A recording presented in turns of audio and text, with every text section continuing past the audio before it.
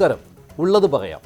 ശബരിമല സ്വർണ്ണക്കൊള്ള അന്വേഷണത്തിൽ സംശയിച്ച പോലെ സംഭവിച്ചു. അന്വേഷണം തിരുവിതാംകൂർ ദേവസ്വം ബോർഡും കടന്ന് ദേവസ്വം മന്ത്രിമാരിലേക്കും എത്തുമോ എന്ന തോന്നലിനിടെ പെട്ടെന്ന് സ്തംഭിച്ചു. ഹൈക്കോടതി ചെവിക്ക് പിടിച്ചതോടെ ഇനി അന്വേഷണം വേഗത്തിലായേക്കും. പെട്ടെന്നുള്ള 2 അറസ്റ്റുകൾ ഈ സൂചന നൽകുന്നു.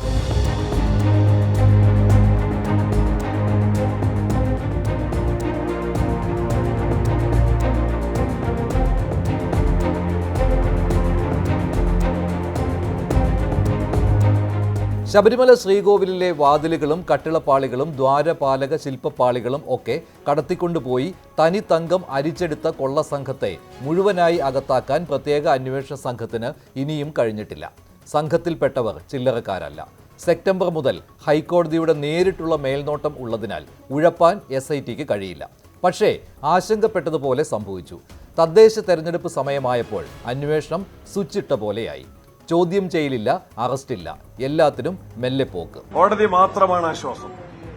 സർക്കാരിന്റെ നിയന്ത്രണത്തിലാണ് കേരളത്തിലെ ആഭ്യന്തര വകുപ്പ്.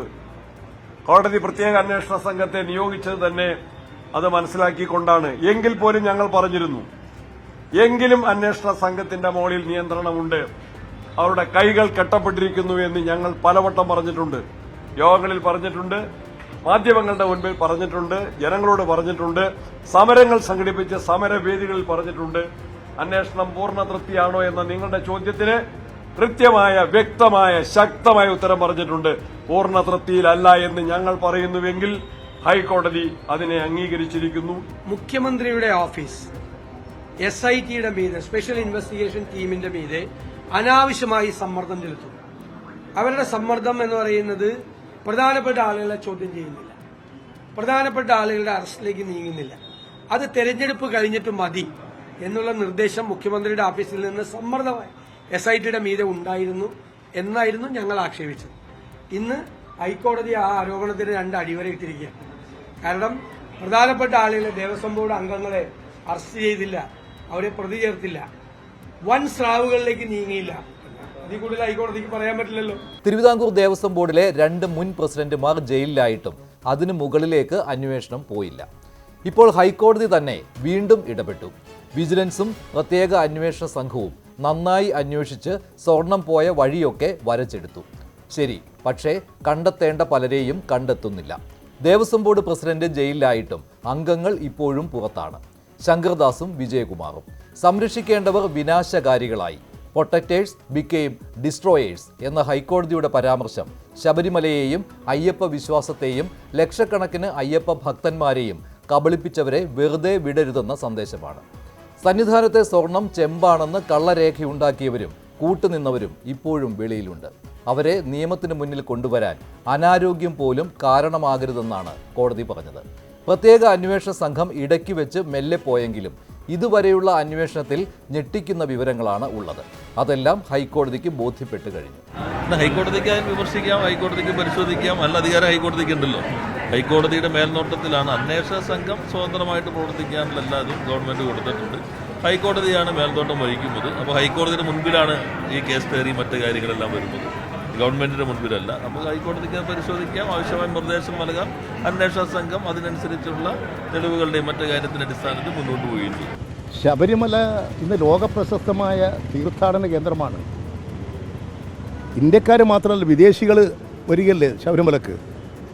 ആ ശബരിമലയുടെ പ്രാധാന്യം കാത്തു സൂക്ഷിച്ച് വിശ്വാസികൾക്ക് അവരുടെ വിശ്വാസം കാത്തു സൂക്ഷിക്കാനും തീർത്ഥാടന കേന്ദ്രം എന്നുള്ള നിലയിൽ കേരളത്തിൻ്റെ ആകെ അഭിവൃദ്ധി ശക്തിപ്പെടുത്താനും കഴിയത്തക്ക നിലയിൽ ഒരു അയ്യപ്പ സംഗമം ഇടതുപക്ഷ ഗവൺമെൻറ് സംഘടിപ്പിച്ചു. എല്ലാ പാർട്ടിക്കാരെയും പാർട്ടി ഇല്ലാത്തവരെയും വിശ്വാസികളെയും ഒക്കെ സംഘടിപ്പിച്ചുകൊണ്ട് ക്ഷേത്രവും ക്ഷേത്രത്തിൻ്റെ ഭാരവാഹികളും ദേവസ്വം ബോർഡും എല്ലാം സഹകരിച്ചുകൊണ്ടാണ് അവിടെ ഒരു അയ്യപ്പ സംഗമം സംഘടിപ്പിച്ചത്. ആ അയ്യപ്പ സംഗമം ഇടതുപക്ഷത്തിന് അനുകൂലമായി മാറിയേക്കുമെന്ന് കണ്ട് അതിനെ അലങ്കോലപ്പെടുത്താൻ അവസാന നിമിഷം UDFകാർ ബഹിഷ്കരിച്ചു പോയി. പക്ഷേ അയ്യപ്പ സംഗമം ശബരിമലയിൽ നടന്നു. അപ്പോഴാണ് അതിനെ കളങ്കപ്പെടുത്താൻ ഒരു പോറ്റിയെയും കൊണ്ടുവന്നത്. പോറ്റി പറഞ്ഞു, ഇതെല്ലാം ഞാൻ സ്പോൺസർ ചെയ്തതാണ്. അത് പോലീസിൻ്റെ ശ്രദ്ധയിൽപ്പെട്ടു. പോലീസ് എവിടെ നിന്നായി പോറ്റി ഇത് സ്പോൺസർ ചെയ്തത് എന്താണെന്ന് അന്വേഷിച്ചു. രഹസ്യാന്വേഷണ വിഭാഗം അന്വേഷിച്ചു. അന്വേഷിച്ചപ്പോൾ കുറേ കാര്യം മനസ്സിലാക്കി അത് കോടതിയുടെ മുമ്പാകെ എത്തിച്ചു. കോടതി പറഞ്ഞ് ശക്തമായ അന്വേഷണം നടത്തണം, ഇന്ന് നടപടികൾ സ്വീകരിക്കണം. ഈ ഗവൺമെൻറ് സ്വീകരിച്ചില്ലേ? ഏതെങ്കിലും കാര്യത്തിൽ എന്തെങ്കിലും ഒരു തെറ്റായ നിലപാടുകൾ സ്വീകരിച്ചിട്ടുണ്ടോ? ഏതെങ്കിലും ഒരാളെ സംരക്ഷിക്കാൻ ഈ ഗവൺമെൻറ് നിലപാട് സ്വീകരിച്ചിട്ടുണ്ടോ? ഇടതുപക്ഷ ഗവൺമെൻറ് ആയതുകൊണ്ടല്ലേ ഇത്രയും ശക്തമായ നിലപാട് സ്വീകരിച്ചത്? നീതിപൂർവമായിട്ടുള്ള സത്യസന്ധമായ നിലപാട് സ്വീകരിക്കും. ആ നിലപാട് ഇതിൽ സ്വീകരിച്ചിട്ടുണ്ട്. ദ്വാരപാലക ശില്പങ്ങളിലെ സ്വർണ്ണപ്പാളികളിലെ സ്വർണം തട്ടിയെടുത്തത് മാത്രമല്ല, അതിനു മുൻപ് തന്നെ സ്വർണ്ണവാതിലും കട്ടിളപ്പാളികളും കടത്തി. കേട്ടുകേൾവി പോലും ഇല്ലാത്ത ആസൂത്രിത കൊള്ള. ഉണ്ണികൃഷ്ണൻ പോറ്റി എന്ന ഇടനിലക്കാരൻ ചില്ലറക്കാരനല്ല, അയാൾ മാത്രമാണ് എല്ലാം ആസൂത്രണം ചെയ്തതെന്ന് പറഞ്ഞ് മുൻകൂർ ജാമ്യമെടുത്ത പത്മകുമാറും വാസുവും ഇപ്പോൾ ജാമ്യം പോലും കിട്ടാതെ ജയിലിലാണ്. അവിടെ തകർന്നത് CPMന്റെ വികലമായ ന്യായീകരണം കൂടിയാണ്. തിരുവിതാംകൂർ ദേവസ്വം ബോർഡ് വരെ മാത്രമേ ഈ കൊള്ളയുടെ കറുത്ത കൈ പതിഞ്ഞിട്ടുള്ളൂ എന്ന് വിശ്വസിക്കാൻ ബുദ്ധിമുട്ടാണ്. വൻ തോക്കുകളിലേക്ക് അന്വേഷണം പോകണമെന്ന് കോടതി പറഞ്ഞിട്ടുണ്ട്. കടകംപള്ളിയുടെ പങ്കാളിത്തം പ്രതിപക്ഷ ആരോപണമായി ഇപ്പോഴും അന്തരീക്ഷത്തിലുണ്ട്. അത് ഉറങ്ങാൻ പറ്റാത്തത് ഇതിനൊക്കെ കൂട്ടുന്നു കഴിഞ്ഞാൽ പിന്നെ എങ്ങനെ ഉറങ്ങണം? ഇതിനകത്ത് വളരെ സിമ്പിളാണ് കാര്യം. ഞാനല്ലല്ലോ പറഞ്ഞത്. അയ്യപ്പൻ്റെ ദ്വാരപാലക ശില്പം ഒരു വിൽഫുൾ പർച്ചേസറിന് വലിയ തുകയ്ക്ക് വിറ്റ് കാണും അല്ലേ? വലിയ തുകയ്ക്ക് വിൽക്കുന്നത് കോടീശ്വരനല്ലേ മേടിക്കുള്ളൂ, സാധാരണക്കാർക്ക് മേടിക്കാൻ പറ്റുമോ? അപ്പോൾ ഒരു കോടീശ്വരൻ അത് വിറ്റു. അപ്പോൾ ഇത് ഏത് കോടീശ്വരനാണ് വിറ്റതെന്നാണ് ഞാൻ കടകംപള്ളി സുരേന്ദ്രനോട് ചോദിച്ചത്. അറിയാവുന്നവരോടല്ലേ എനിക്ക് ചോദിക്കാൻ പറ്റുള്ളൂ. അതിലെന്താ തെറ്റ്? ഇല്ലെങ്കിൽ ഞാൻ ഉണ്ണികൃഷ്ണൻ പോറ്റിയെ കണ്ടിട്ട് പോലുമില്ല, എനിക്കൊരു ബന്ധമില്ല എന്ന് അദ്ദേഹം പറയണ്ടേ? അദ്ദേഹത്തിന് ബന്ധമുണ്ട്. അപ്പം പിന്നെ 2 കോടിക്കാണ് എനിക്ക് നോട്ടീസ് അയച്ചത്, മാനം പോയെന്ന്. 2 കോടി രൂപ കൊടുക്കണമെന്നും പറഞ്ഞു നോട്ടീസ് അയച്ചത്. അത് കോടതിയിലെത്തിയപ്പോൾ 10 ലക്ഷമായിട്ട് മാനം കുറഞ്ഞു. 2 കോടിയുടെ അറിയില്ല എനിക്ക്. പിന്നെ 2 കോടിയുടെ നോട്ടീസ് അയച്ച് 10 ലക്ഷത്തിന്റെ മാനവും ഞാൻ ആ കേസ് നടത്തിക്കൊള്ളാം. ഞാൻ അയച്ച മറുപടിയിലും ഞാൻ അവിടെ കൊടുത്ത എൻ്റെ വിശദീകരണത്തിലും വളരെ കൃത്യമായി ഞാൻ പറഞ്ഞ കാര്യത്തിൽ ഉറച്ചു നിൽക്കുന്നു. അതിലെ തെളിവുകൾ ഞാൻ ഹാജരാക്കിക്കൊള്ളാന്ന് പറഞ്ഞിട്ടുണ്ട്. ഇപ്പം എന്തിനാ തെളിവ് ഹാജരാക്കണം? കോടതി പറയുമ്പോഴല്ലേ തെളിവ് ഹാജരാക്കണം. കോടതിയിലൊരു നടപടിക്രമം വരുമല്ലോ, സിവിൽ കോർട്ടല്ലേ. ആ സിവിൽ കോർട്ടിന്റെ മുമ്പിൽ ഞാൻ പറഞ്ഞതിൽ തെറ്റില്ല എന്ന് പറ്റുന്ന തെളിവുകൾ ഹാജരാക്കാം. കോടതിയിൽ കൊണ്ട് കേസ് കൊടുത്തിട്ട് പുറത്ത് ഹാജരാക്കാൻ പറഞ്ഞ് വെല്ലുവിളിക്കുന്നതിന് അത് കോടതിയിൽ ഹാജരാക്കേണ്ടത് കോടതിയിൽ ഹാജരാക്കും. ശബരിമലക്കള്ളന്മാർ കടക്കുപുറത്ത്,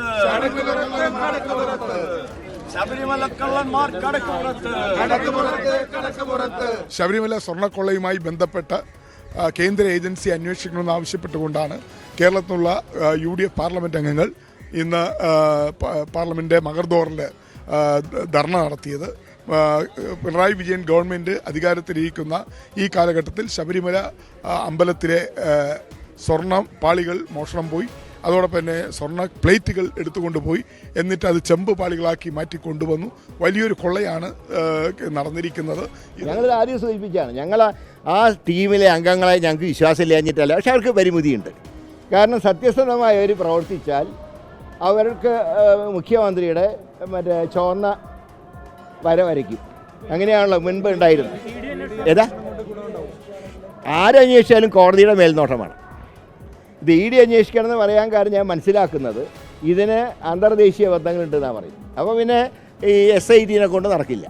അപ്പോൾ അതിനെ ആ സ്പിരിറ്റിലെടുക്കുക. ഞാൻ പറയുന്നത് മടിശീലയിൽ കനവില്ലെങ്കിൽ കള്ളനെ പേടിക്കുന്നതിനാണ്.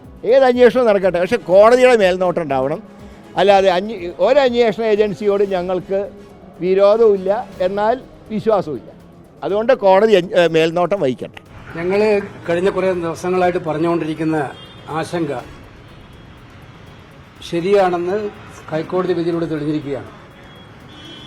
SITയുടെ മേൽ സംസ്ഥാന സർക്കാരിന്റെ കനത്ത സമ്മർദ്ദമുണ്ട് അന്വേഷണം തുടരാതിരിക്കാൻ. കൂടുതൽ പ്രതികളിലേക്ക് കേസ് എത്താതിരിക്കാൻ വേണ്ടിയുള്ള കനത്ത സമ്മർദ്ദം സർക്കാർ SIT മേൽ ചുമത്തുന്നുണ്ട് എന്നുള്ളത് നിരന്തരമായി ഞങ്ങൾ പറഞ്ഞുകൊണ്ടിരിക്കുകയായിരുന്നു. ഇത് വളരെ ശക്തമായിട്ട് ആവർത്തിച്ചുകൊണ്ടിരിക്കുകയായിരുന്നു. അത് ശരിയാണെന്ന് പൂർണ്ണമായും ശരിവെക്കുന്ന രീതിയിലുള്ള പൂർണ്ണമായിട്ടുള്ള വിധിയാണ് ഇന്ന് ഹൈക്കോടതി പറഞ്ഞിരിക്കുന്നത്. നിരീക്ഷണമാണ് ഹൈക്കോടതി പറഞ്ഞിരിക്കുന്നത്. ഈ സർക്കാരിൻ്റെ കീഴിലുള്ള ഒരു അന്വേഷണം ഫലപ്രദമാകില്ല, സത്യസന്ധമാകില്ല എന്ന് ഹൈക്കോടതിക്ക് പോലും ബോധ്യപ്പെട്ടു എന്നുള്ളതാണ് ഏറ്റവും വലിയ കാര്യം. സ്വർണ്ണക്കള്ളനെന്ന് വിളിക്കാതിരിക്കാൻ പറ്റുമോ, ഉറക്കം കിട്ടുന്നില്ല എന്ന് കടകംപള്ളിക്ക് VD സതീശനെതിരായ മാനനഷ്ട കേസിൽ പറയേണ്ടിയും വന്നു. നാട് മുഴുവൻ സ്വർണ്ണക്കൊള്ള വിശ്വസിച്ചു കഴിഞ്ഞു. സ്വർണം കാണാതായിട്ടില്ല എന്ന് ആർക്കും ഇനി പറയാൻ കഴിയില്ല. ദേവസ്വം ബോർഡിലും ശബരിമലയിലും സർക്കാർ ഇടപെടുന്നില്ല എന്ന് പറഞ്ഞ് രക്ഷപ്പെടാനും ആവില്ല. ദേവസ്വം ബോർഡിൻ്റെയും ശബരിമലയുടെയും ഒക്കെ നേട്ടങ്ങൾ സർക്കാരിൻ്റെ നേട്ടമായും വിശ്വാസികൾക്കൊപ്പമെന്ന് മേനി നടിച്ച് അയ്യപ്പ സംഗമം നടത്തുകയും ചെയ്തിട്ട് അയ്യോ ഞങ്ങളൊന്നും അറിഞ്ഞില്ലേ എന്ന് പറഞ്ഞ് എങ്ങനെ ഒഴിഞ്ഞു മാറാനാകും? 2019 എന്ന ഒറ്റ വർഷമാണ് സ്വർണ്ണക്കൊള്ളയുടെ മുഴുവൻ ആസൂത്രണവും നടന്നത്. എ പത്മകുമാർ ദേവസ്വം ബോർഡ് പ്രസിഡന്റും N വാസു കമ്മീഷണറും ആയിരുന്ന ഈ സമയം ദേവസ്വം മന്ത്രി കടകംപള്ളി സുരേന്ദ്രൻ ആദ്യം വാതിലും കട്ടിളപ്പാളിയും ഒടുവിൽ ദ്വാരപാലക ശില്പങ്ങളും കടത്തി. 1999 തനി തങ്കം പൊതിഞ്ഞ ഉരുപ്പടികൾ ആസൂത്രണത്തിലൂടെ ചെമ്പായി. ഇപ്പോൾ അറസ്റ്റിലായിരിക്കുന്ന Chennai smart creation CEO Pankaj Bhandari, സ്വർണ്ണ വ്യാപാരി ഗോവർദ്ധൻ ഇവർ പോറ്റിയുടെ മാത്രം പരിചയക്കാരെന്ന് പറഞ്ഞാൽ വിശ്വസിക്കാനാവില്ല.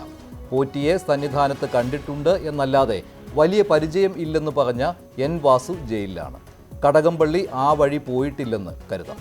ഹൈക്കോടതി ഇടപെട്ടതോടെ ഇനി SIT എല്ലാ വഴികളിലേക്കും പോകേണ്ടി വന്നേക്കാം. എന്തുകൊണ്ടാണ് തൊണ്ടി മുതൽ ഇതുവരെ കണ്ടെത്താത്തത്? സ്വർണം എവിടെ പോയിരിക്കുന്നു? സാധാരണഗതിയിൽ ക്രിമിനൽ നടപടി പ്രകാരം പ്രതിയെ അറസ്റ്റ് ചെയ്തു കഴിഞ്ഞാൽ പിന്നെ തൊണ്ടി മുതൽ കണ്ടെത്തുക എന്നുള്ളതാണ്. റിക്കവറി ഉണ്ടാകേണ്ടതാണ്. എന്തുകൊണ്ട് റിക്കവറി ഉണ്ടാകുന്നില്ല? ഇന്നലെ ഞാൻ SITയുടെ മുമ്പിൽ മൊഴി കൊടുത്തത് ഏറ്റവും പ്രധാനപ്പെട്ട ഒരു കാര്യം അത് തന്നെയായിരുന്നു. എവിടെയാ ഈ സ്വർണം? ഈ സ്വർണം എവിടെ പോയി? എന്തുകൊണ്ട് ഇത് റിക്കവറി ചെയ്യുന്നില്ല? അതാണ് ഏറ്റവും സംശയാസ്പദമായ ഒരു കാര്യം. അന്താരാഷ്ട്ര ആന്റിക്സ് മാർക്കറ്റിൽ കോടാനുകോടി രൂപയുടെ വില വരുന്ന ഈ സ്വർണം എവിടെ പോയി എന്നുള്ളതാണ് ഏറ്റവും പ്രധാനപ്പെട്ടത്. അന്താരാഷ്ട്ര കള്ളക്കടത്ത് സംഘങ്ങളുടെ പങ്ക് രമേശ് ചെന്നിത്തല അല്ല ആദ്യം പറഞ്ഞത്. ഹൈക്കോടതിയുടെ മുൻ ഉത്തരവിൽ ഉള്ളതാണ്. പ്രത്യേക അന്വേഷണ സംഘവും ആ വഴിയിലേക്കാണ് പോകുന്നത്. വ്യവസായിയുടെ മൊഴിയെടുത്തതും അതിനാലാണ്. കേരളം കണ്ട ഏറ്റവും വലിയ അഴിമതിയും കൊള്ളയുമാണ് ശബരിമലയിൽ നടന്നത്. തുടക്കത്തിലെ ന്യായീകരണങ്ങളിൽ നിന്ന് CPMന് പിന്മാറേണ്ടി വന്നു. ഇടത് സർക്കാരിന് കളങ്കമുണ്ടാക്കാൻ എന്നായിരുന്നു ആദ്യ ന്യായം. പിന്നീട് പോറ്റി ചെയ്തെന്നായി. അതിനുശേഷം ഉദ്യോഗസ്ഥർക്ക് മാത്രം പങ്കാളിത്തം എന്ന്. പത്മകുമാറും വാസുവും അകത്തായതോടെ CPMന് മുഖം നഷ്ടമായി. പത്തനംതിട്ട ജില്ലാ കമ്മിറ്റി അംഗത്തിനെ തള്ളണോ കൊള്ളണോ എന്ന ഇരട്ടത്താപ്പ്. ഇപ്പോൾ സർക്കാരിന് പങ്കില്ല, മന്ത്രിമാർ ഉൾപ്പെട്ടിട്ടില്ല എന്ന ലേറ്റസ്റ്റ് ക്യാപ്സ്യൂൾ വരട്ടെ. ഈ ക്യാപ്സ്യൂൾ എത്ര നാളെന്ന് കാണാം. EDയുടെ വരവിനെയും സർക്കാർ എതിർത്തു. ഇപ്പോഴത്തെ അന്വേഷണത്തിന് തടസ്സമാകും സമാന്തര അന്വേഷണം എന്നായിരുന്നു വാദം. കള്ളപ്പണ ഇടപാട് മാത്രം അന്വേഷിച്ചോളൂ എന്നായി പിന്നീട്. രേഖകൾ EDക്ക് നൽകണമെന്ന് കോടതി ഉത്തരവിട്ടതോടെ സർക്കാരിന് തിരിച്ചടിയായി. മുൻ കേസുകളിലെ പോലെ ED അന്വേഷണത്തിൽ പ്രതീക്ഷ വെക്കേണ്ടതില്ല. എന്നാൽ ഹൈക്കോടതി മേൽനോട്ടത്തിലുള്ള പ്രത്യേക അന്വേഷണം തടസ്സപ്പെട്ടാൽ കോടതി ഇടപെടുമെന്ന പ്രതീക്ഷ ഇപ്പോഴുമുണ്ട്. പത്മകുമാറിനെയും കടന്ന് മുകളിലേക്ക് അന്വേഷണം പോകുമോ? പോയേ തീരൂ.